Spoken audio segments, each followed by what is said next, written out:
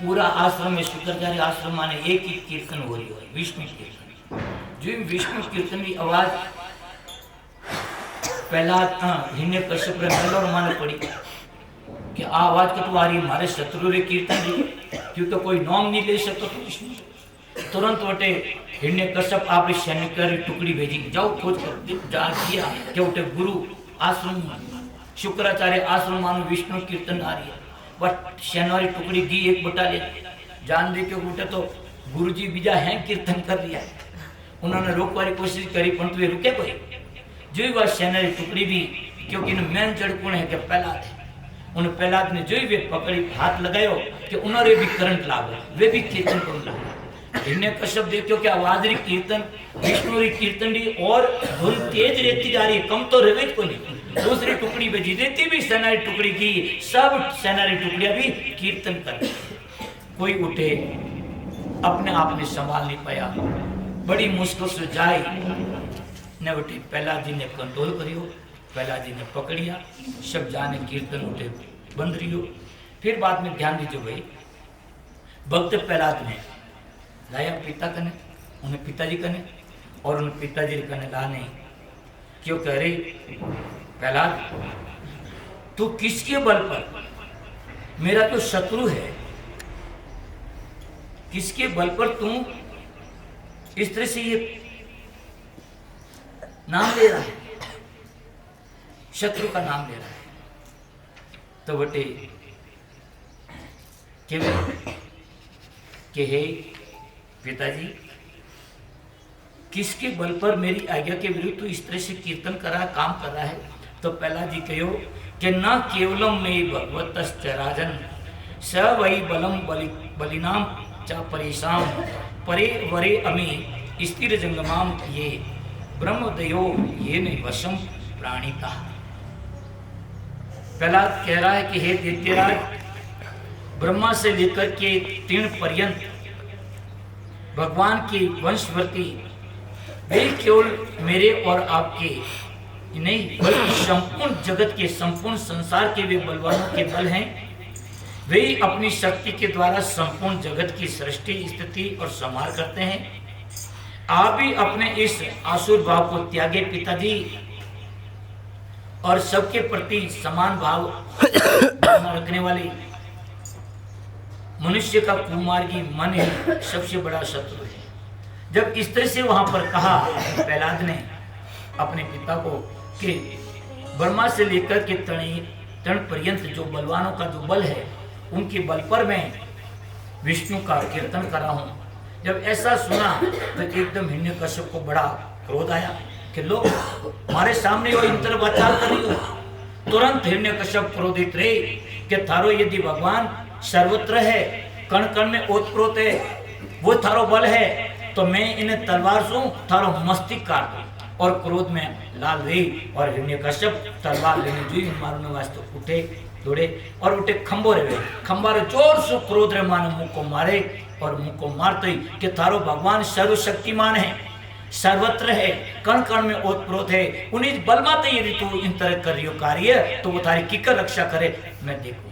तो जो इस तरह वचन ने चुनौती दी तो और खंबा जो मुंह को मारियो, तो भगवान श्री हरि उन खंबासों हिरण्यकश्यप का वध करने वास्ते नरसिंह रूप रे माने भगवान उठे अवतरितियां। ध्यान दिए, बोले नरसिंह भगवान की जय हो। ध्यान देना, भगवान का बड़ा स्वरूप विचित्र है, पूरा शरीर मानव का, परंतु मुख जो है वो सिंह की तरह। और भगवान तुरंत उस खंबे से नरसिंह रूप में अवतरित हुए, प्रकट हुए, और प्रकट होते ही वहां हिरण्यकश्यप को पकड़ा, जैसे गरुड़ सांप को पकड़ लेता है इस तरह से उनको जकड़ा। खूब वो छूटना चाहता है, परंतु हिरण्यकश्यप छूट नहीं पाता। भगवान उनको घसीटते हुए सीधे द्वार पर ले, और द्वार पर ले जाकर के नहीं तो घर के अंदर है और नहीं घर के बाहर है, नहीं उसको पृथ्वी पर रखा, नहीं आकाश में रखा, और अपनी जंगा के ऊपर रखा, और नहीं दिन था और नहीं रात थी, सूर्य अस्त भी नहीं हुआ था और उदय भी नहीं था, सूर्य आधा अस्त। उस समय अंदर अपनी जगह पर लेकर के, नहीं कोई अस्त्र और न शस्त्र जो वर्मा जी का उसने वरदान में पाया था वो सारी याद दिला करके वहां पर भगवान ने नरसिंह रूप में माने उस वहां पर हिरण्यकश्यप का छाती को वहां पर चीर करके उनका वध किया। जो ये वध किया तो देवताओं ने वहां पर जय जयकार की, बोली भगवान विष्णु की, बोली नरसिंह भगवान की, भगवान नारायण की, बद्रीश्वर भगवान की। और जो उनका वध किया, भगवान अपने मुख से उनका रक्त वहां पर पी रहे हैं। इतने में ध्यान देना भाई, उनका वध करते ही देवताओं ने पुष्पों की वर्षा की, जय जयकार किया। फिर बाद में भगवान श्री हरि का नरसिंह रूप में इतना भयंकर क्रोध कि उन क्रोध से सब प्राणी के प्राण सब संतृप्त होने लगे। भगवान के क्रोध को शांत करने के लिए लक्ष्मी जी ने जाने कियो तो लक्ष्मी तो पहले गाबा झटक दिया कि मारे स्वामी रो मैं अड़ो क्रोध रूप आज दिन तक नहीं देखियो, मैं तो कोई आज जाऊं कोई कल है। देवता भी कोई प्रयास करियो, कोई मतलब नहीं निकलियो। जने पचे शंकर भगवान के तो शंकर भगवान के भाई ठीक है मुंह प्रयास करूं। शेर जो है ना सम पक्षी से डरता है, तो शंकर भगवान सम पक्षी बन गया। पर तो भगवान रो क्रोध रो तेज इतो तो के उठे सम पक्षी रा पंख भी तप लाग्यो तो भगवान भी फाचाया। शंकर भगवान भी जन क्यों क्या अरे देवताओं, भगवान का क्रोध को शांत करने का एक ही उपाय है कि भगवान नरसिंह रूप में अवतरित हुए। ये किसके लिए अवतरित हुए? तो देवता के हमारे वास्ते नहीं, आज तो थोड़ी गलती है भक्त प्रहलाद के लिए।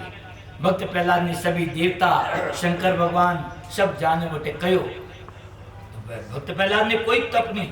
भक्त प्रहलाद सीधो भगवान रे करने गयो, जाने भगवान रे चरणों में प्रणाम करने लगो। जो वो प्रहलाद भगवान नरसिंह रूप रे माने जो साष्टांग दंडवत करने लगो तो भगवान का जो आंखों से क्रोध जो ज्वाला निकल रही थी वे क्रोध ज्वाला वे करुणा रे माने बदल गई। और भगवान तुरंत उन प्रहलाद ने जो चरणों में प्रणाम करे तो अपने हाथों से उठाए न अपनी गोदी में लिया। और गोदी में लेते ही भगवान ने जो आंखों से जो क्रोध ज्वाला निकल रही थी वे करुणा में बदल गई। और प्रहलाद पूरा मस्तिष्क उठे तन भगवान ने करुणी आंसू से उठी भी। और भक्त प्रहलाद भी भगवान रे गोदी में अपने आप ने पाई ने इतो आनंदित रियो कि प्रहलाद रे आंखों में इतना आंसू आनंद निकलिया कि भगवान का चरण उठे दुख किया। जय हो। देखो ये भक्त और भगवान, बोली भक्त और भगवान की जय हो। उन्हें बादल माने भगवान प्रहलाद ने कियो, हे प्रहलाद कवेदम वपो क्वच कुमार वयस्य मेतक वेता परमत कृत दारुणी यातनाश्च श्रुत्वा त्वदार्थ वचनम जटति प्रियातः संतव्यम अग यदि में समय विलंब। देखो ध्यान देना, भगवान श्री हरि नरसिंह रूप में प्रहलाद को कहते कि हे पुत्र, कहाँ तो तुम्हारा कोमल शरीर कवेदम वपु क्वच कुमार वयस्य मेतक, कहाँ तो तुम्हारा कोमल शरीर और कहाँ तुम्हारा ये कुमारी अवस्था और कहाँ तेरे अज्ञानी पिता हिरण्यकश्यप के द्वारा दी जाने वाली भयंकर यातनाएं, थारे पिता द्वारा दी जाने वाली भयंकर यातना, कहाँ तो वो यातना और कहाँ तेरा ये कोमल शरीर, ये तेरा कुमारी अवस्था। हे पुत्र, हे प्रहलाद, ये सब कुछ मैं देख रहा था। कवेता प्रमत कृत दारुणी यातनाश्च, ये सब यातनाएं मैं तेरे को जो दी जा रही थी वो मैं देख रहा था, मैं सब जान रहा था। मेरे भक्त का कोई बाल बाका नहीं कर सकता।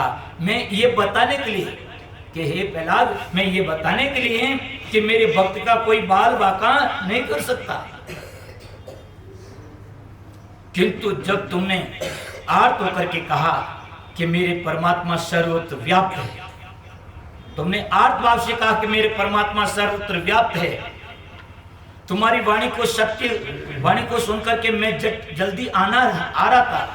फिर भी हे पुत्र, मैंने आने का भरपूर प्रयास किया, फिर भी हे पुत्र, यदि आने में रत्ती मात्र भी थोड़ी देरी हुई हो और मेरी देरी के कारण तेरे को कोई लगा हो तो उसके लिए यदि आने में कोई समय विलंब हो गया हो, हे प्रहलाद, मैं क्षमा चाहता हूँ। देखो ध्यान देना, भगवान खुद वहाँ प्रहलाद से कहते हैं कि मैं क्षमा चाहता हूँ। ध्यान देना भाई, भक्त कोई भी हो, कहीं पर भी जन्मे, भक्त तो भक्त रहता है। भक्त बीज पलटे नहीं जाए अनंत, ऊंच नीच घर जन्मे रहे भक्त को, भक्त का भक्ति रहता है। इन तरह प्रहलाद वहां पर भगवान ने प्रहलाद को राज्य अभिषेक किया। इनके बाद में यहाँ पर सुखदेव जी महाराज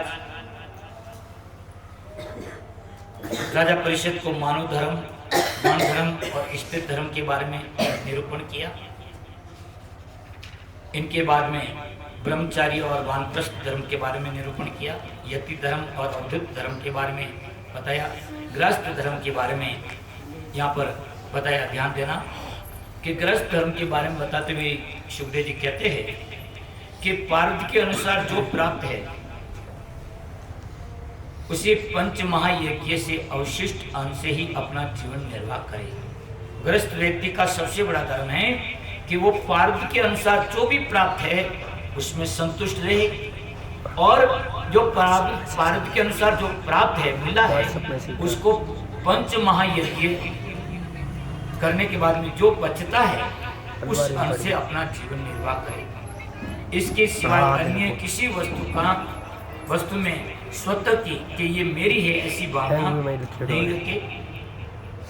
मनुष्य को ऐसा मनुष्य संत कोटि का आता है। ध्यान देना, भगवान कृष्ण भी गीता के अंदर कहा है कि जो व्यक्ति, भगवान कृष्ण गीता के अंदर कहा कि संत वो है यज्ञ शिष्ट संत, यज्ञ से बच्चे भी अन्न को जो ग्रहण करता है वो संत कहा गया है। गृहस्थी के अंदर संत की संज्ञा दी गई है। गृहस्थी भोजन पकाता तो 5 वस्तुओं की आवश्यकता होती है। एक तो झाड़ू लगाना पड़ता है, घर में चूल्हा जलाना पड़ता है, पिंडा पानी रखने का स्थान होता है, चक्की होती है और ओखली। ये 5 प्रमुख गृहस्थी की स्थान बताए। तो ये 5 जगह क्रिया किए बिना उनका भोजन नहीं पड़ता, और 5 जगह चक्की वहां पर पाक होता और होता है। इसलिए जो भोजन पकता है उस भोजन में से हम सबसे पहले हमारा जो धन धान्य है उसमें से कुछ अंश पहले पशु पक्षी आदि के लिए निकालें, शिव बोल रही। फिर बाद में आप कुछ भोजन बना रहे हैं तो उसमें से गाय के लिए, कुत्ते के लिए ये सब अपन शासा करते हैं। उनके बाद में साधु संत ब्राह्मण हैं, उनको घर में अपने बूढ़े बुजुर्ग हैं, उनको बाल बच्चों को, आए हुए अतिथि को, सबको संतुष्ट करके जो गृहस्थी की जो मेन दूरी है सबको खिला करके पिला करके सबको संतुष्ट करके जो बचता है उसको जो ग्रहण करता है उसको बोलते हैं यज्ञ शिष्ट संत। इस तरह से यज्ञ से बचे हुए अन्न को जो ग्रहण करता है वो संत है। तो इसी तरह से यहाँ पर ध्यान देना, सुखदेव जी महाराज कहते हैं कि पार्वती के अनुसार जो प्राप्त है वो पंच महायज्ञ से अवशिष्ट अन्न को जो अपना जीवन निर्वाह करता है और किसी वस्तु के अंदर स्वतः की भावना नहीं रखता, वो मनुष्य संत की कोटि में है। गृहस्थ को प्रतिदिन देव के लिए, ऋषियों के लिए, मनुष्य के लिए, भूत के लिए और पितृ याग करना चाहिए। ये 5 बताएं। इन 5 को ही, ये 5 एक ही परमात्मा के 5 रूप हैं। ये 5 जो हैं ध्यान देना, देव, ऋषि, मनुष्य, भूत और प्रेत्या, ये सब परमात्मा का ही रूप है। इस तरह से यहाँ पर इन रूपों में वहाँ करें। इनके बाद में गृहस्थ धर्म बताने के बाद में गृहस्थ के लिए मोक्ष धर्म का वर्णन यहाँ पर करते हैं। यहाँ इनके बाद में यहाँ पर श्रीमद् भागवत कथा के 8वें स्कंद प्रारंभ होता है।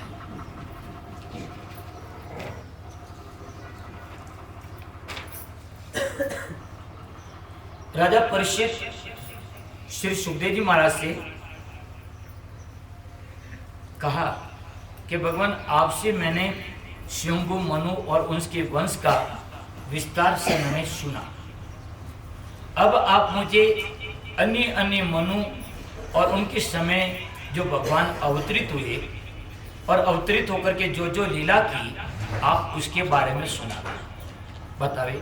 तो यहाँ पर सुखदेव जी महाराज कहते हैं कि दूसरे जो मनु अग्नि के पुत्र शोचित हुए, तीसरे मनु प्रियवत के पुत्र उत्तम हुए, चौथे मनु का नाम तामस था। इस तरह से इस मनवंतर में भगवान हरि मेघा की ऋषि पत्नी हरिणी के गर्भ से हरि रूप में अवतरित हुए और उन्होंने ही गज और ग्राह की युद्ध में गजेंद्र की रक्षा की थी। यहाँ पर ध्यान देना बड़ा प्रसंग है। सुखदेव जी महाराज कहते हैं कि क्षीर सागर था। उस क्षीर सागर में 10,000 योजन ऊंचा एक त्रिकुट नामक पर्वत था। उनके 3 शिखर थे, एक चांदी के, एक सोने के और एक लोहे का। वहां उस पर्वत की कंदराओं में शिव, चारण और गंधर्व अप्सराओं का नित्य विहार था। देवांगनाएं वहां पर क्रीड़ा करती थी। पुष्पों पर मदमत भौरे वहां पर मंडराते थे। पक्षी वहां पर कलरव करते थे। उस पर्वत के घोर जंगल में एक गजेंद्र रहता था, हाथियों का राजा, बड़ा शक्तिशाली, बड़ा बलशाली। उनकी केवल दहाड़ से हिंसक प्राणियों के प्राण हृदय फट जाता था। एक दिन वो गजेंद्र तेज धूप थी, उन तेज धूप के कारण अपनी पत्नियों के साथ में, माता पत्नियों और बच्चों के साथ में एक सरोवर था, बड़ा सुंदर जल उसमें था, स्वच्छ जल। उस जल के अंदर वो कीड़ा करने के लिए उस जल में गया। उन कीड़ा करा, उनको पता नहीं कि मेरे ऊपर आफत आने वाली है। वो अपने मादा हथनियों के साथ में जल कीड़ा में मदमत था। उसी समय एक घड़ियाल आया और उस गजेंद्र का पांव उसने पकड़ लिया। उस घड़ियाल से छूटने के लिए उसने खूब यत्न किया, पूरी अपनी शक्ति लगाई। उनकी जो पत्नियां थी, उनके बच्चे थे, वे भी उनको कोशिश में लगे, परंतु कोई उनको बचा नहीं पाए। जब उनकी मादा पत्नियों को और उनके बच्चों को भी लगा कि हमारे प्राण संकट में हैं, तो वे सब उन्हें अकेला ने जो मर्द धार में छोड़ ने उनकी पत्नियां और उनके बच्चे सब सरोवर से बाहर आ गए। अब अकेला गजेंद्र अपनी शक्ति पूरी लगा रहा है, परंतु बाहर नहीं निकल पा रहा है, अंदर ही अंदर वो डूब रहा है। जब वो घड़ियाल उनको अंदर ले गया, केवल थोड़ी सी ढूंढ रही, क्योंकि उन गजेंद्र को अपने बल पर बड़ा अभिमान था, घमंड था कि मेरा मोटा परिवार है, मेरा मोटा कुटुंब है, मैं खुद बड़ा बलशाली हूँ, शक्तिशाली हूँ। वो जो उनका घमंड था, वो घमंड वहां पर टूट गया, चूर चूर हो गया। जब थोड़ी सी वहां पर उनके ढूंढ रही तो उसने आर्तभाव से पुकार की, हे राम।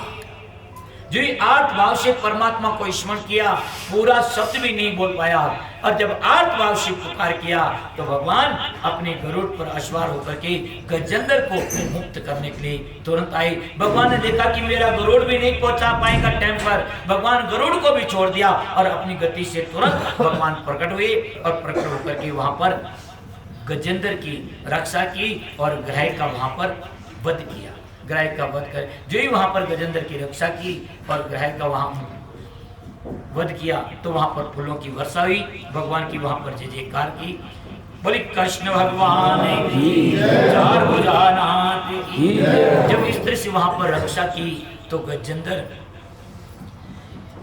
यहाँ पर वहां स्तुति करते हैं, ओम नमो भगवते तस्मै यत् आत्मकं पुरुषाय आदि बीजाय परेशाय अभिधीमहि यस्मिन् इदं यच्चेदं यदेनं य इदं स्वयं यो अस्मात् परस्मात् च परस्तं प्रबध्ये स्वयं भुवम्।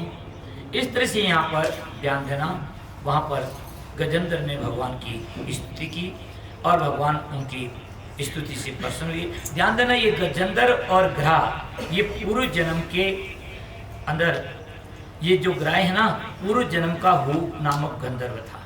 जो ग्राह है ना, ये पूर्व जन्म का हु नामक गंधर्व था और महिषी दैवल के श्राप से ये ग्राह बना था। और गजेंद्र ये पूर्व जन्म में पांड्य देश के इंद्रद्युम्न नामक ये राजा था।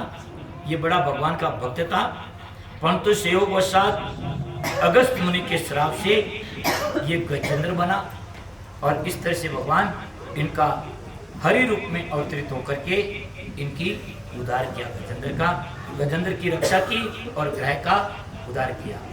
इस तरह से यहाँ पर सुखदेव जी महाराज ने बता करके इनके बाद में यहाँ पर ध्यान देना, यहाँ पर इस भागवत के अंदर समुद्र मंथन का प्रसंग आता है।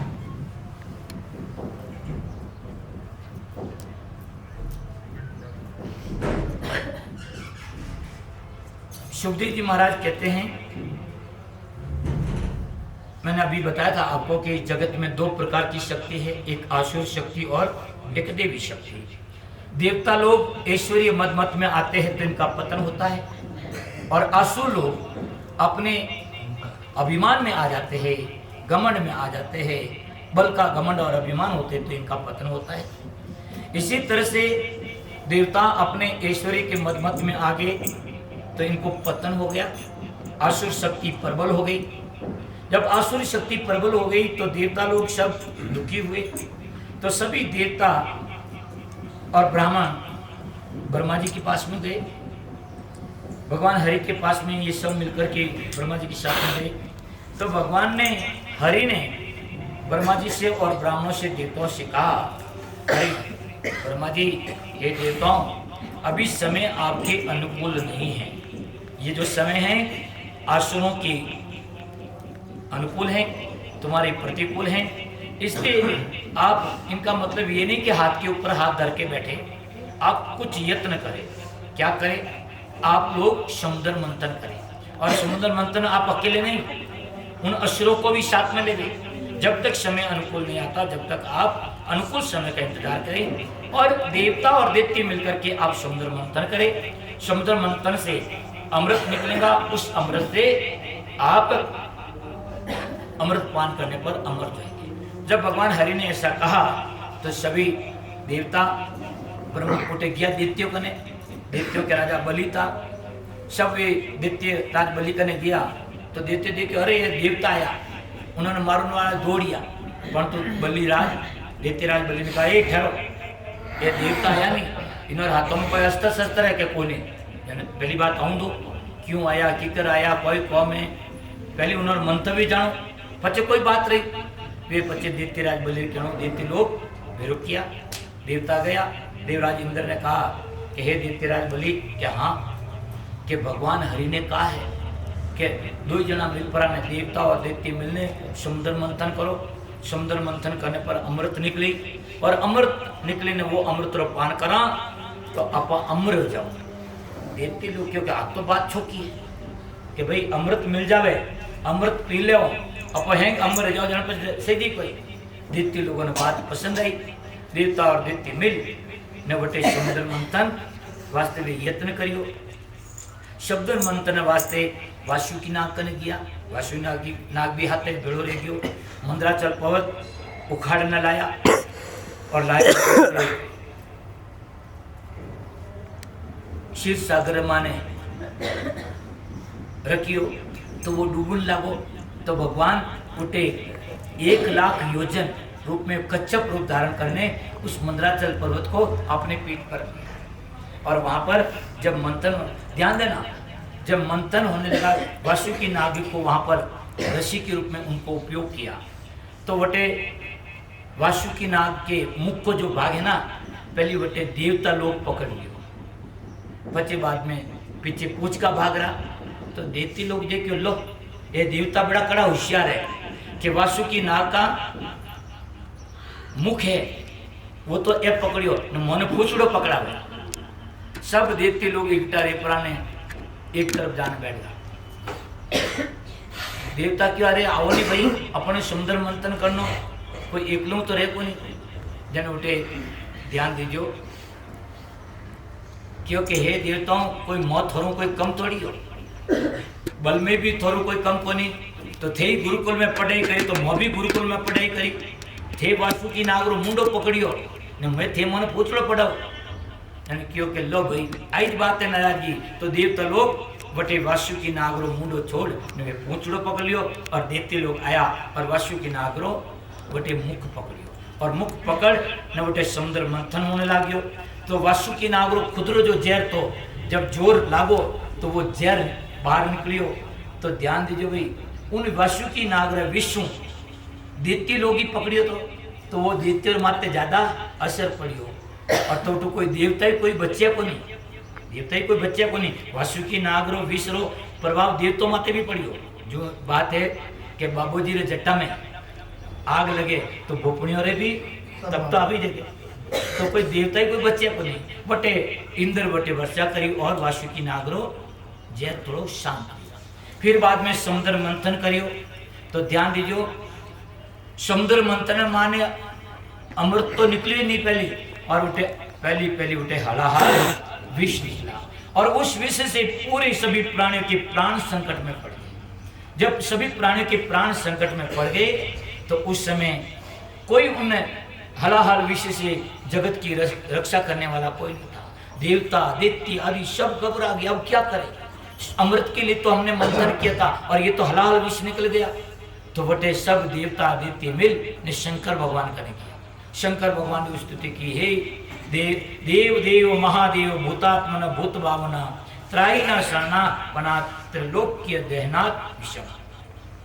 हे देवों के देव आराध्य देव, हे महादेव, आप समस्त प्राणियों की आत्मा हैं, आपके जीवन के दाता हैं।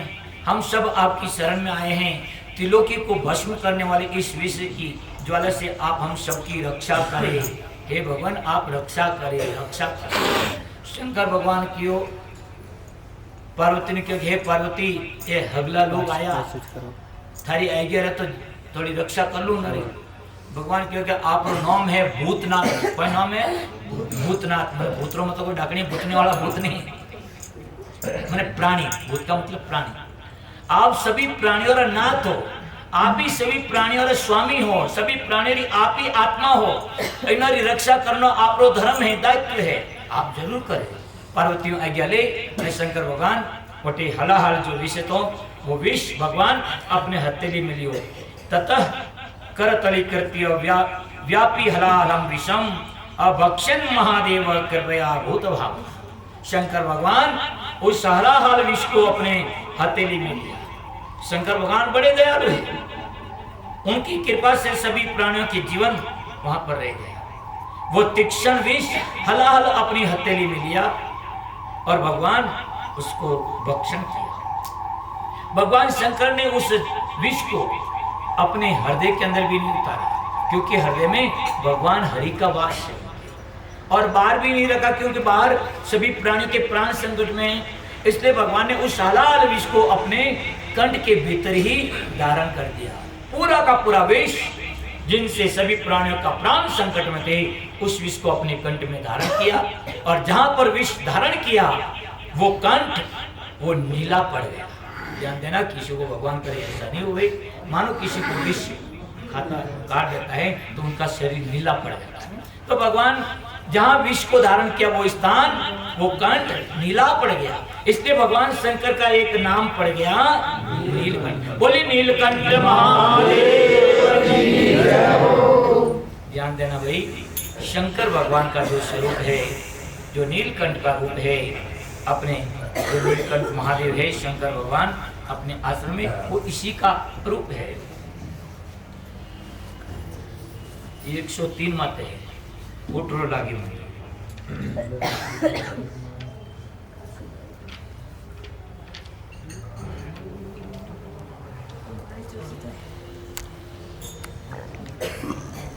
भजन नंबर 103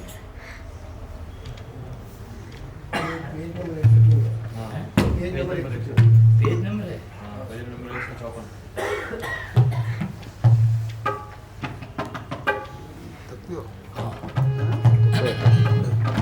बोले शंकर भगवान